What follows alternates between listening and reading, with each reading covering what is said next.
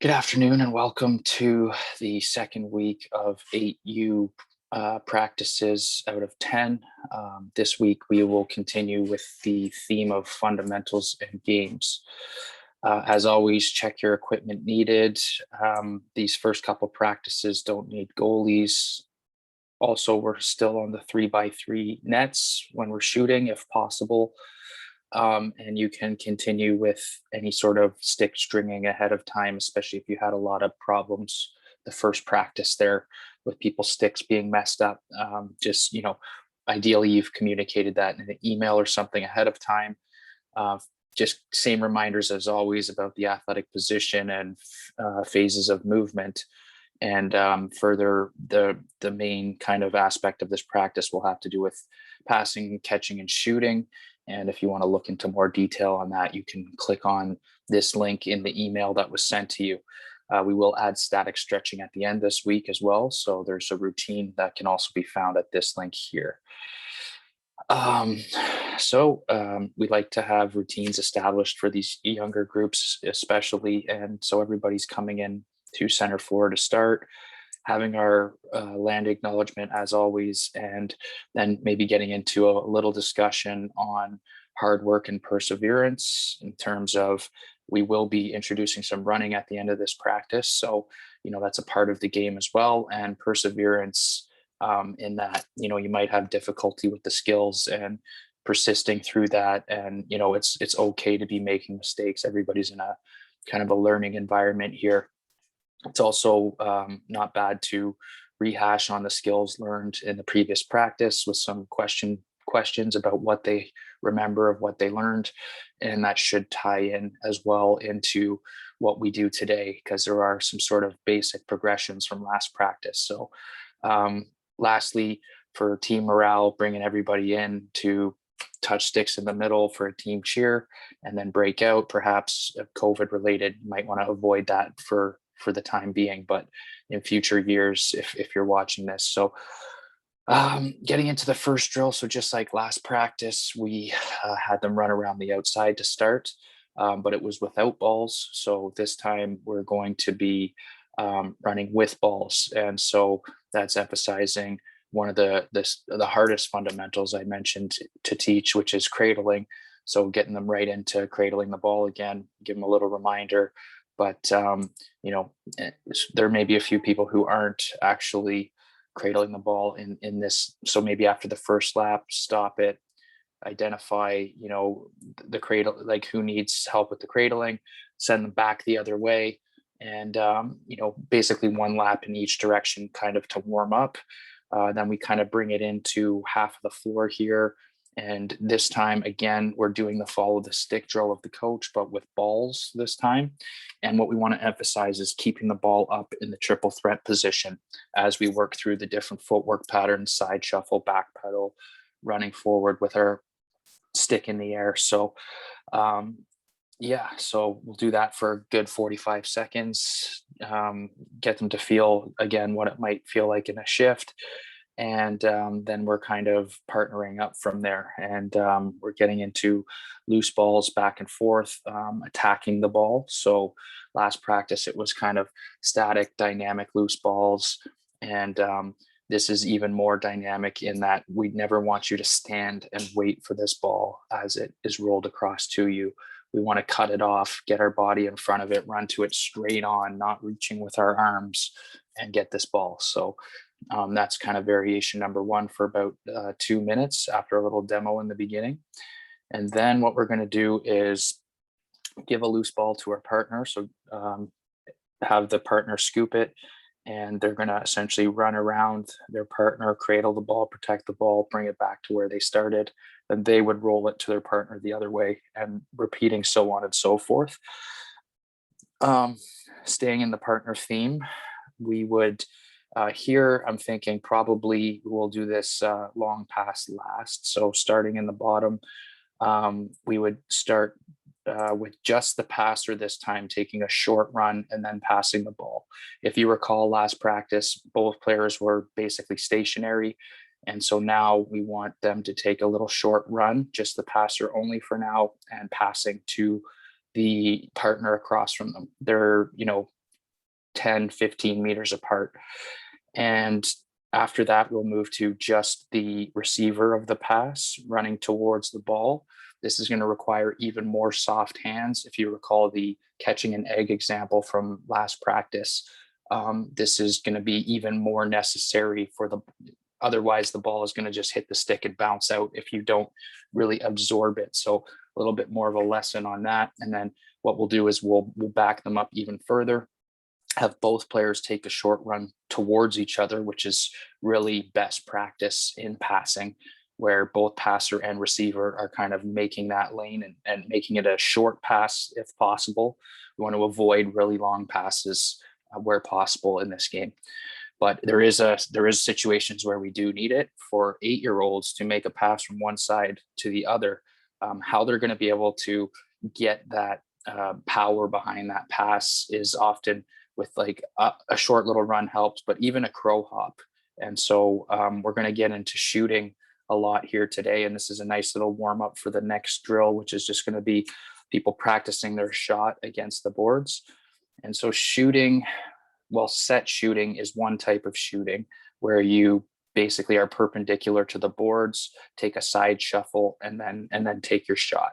And the more you reach your arms and basically rotate your hips and transfer that weight from the back foot to the front foot is going to get you more power on the shot versus just passing. They might not have had to do as much of that last time. So this is the type of shot that you would do if you had time and space, nobody around you. It's less common than a shot on the run where your feet are moving. So we'll get to that eventually too, but nice little lead in from just a crow hop on a long pass in order to make that pass there. And then we'll use that same crow hop here with shooting against the boards. Then we will bring it in. Obviously, we still have no goalie. So what we're going to do is just get in a semicircle, players on their proper floor sides.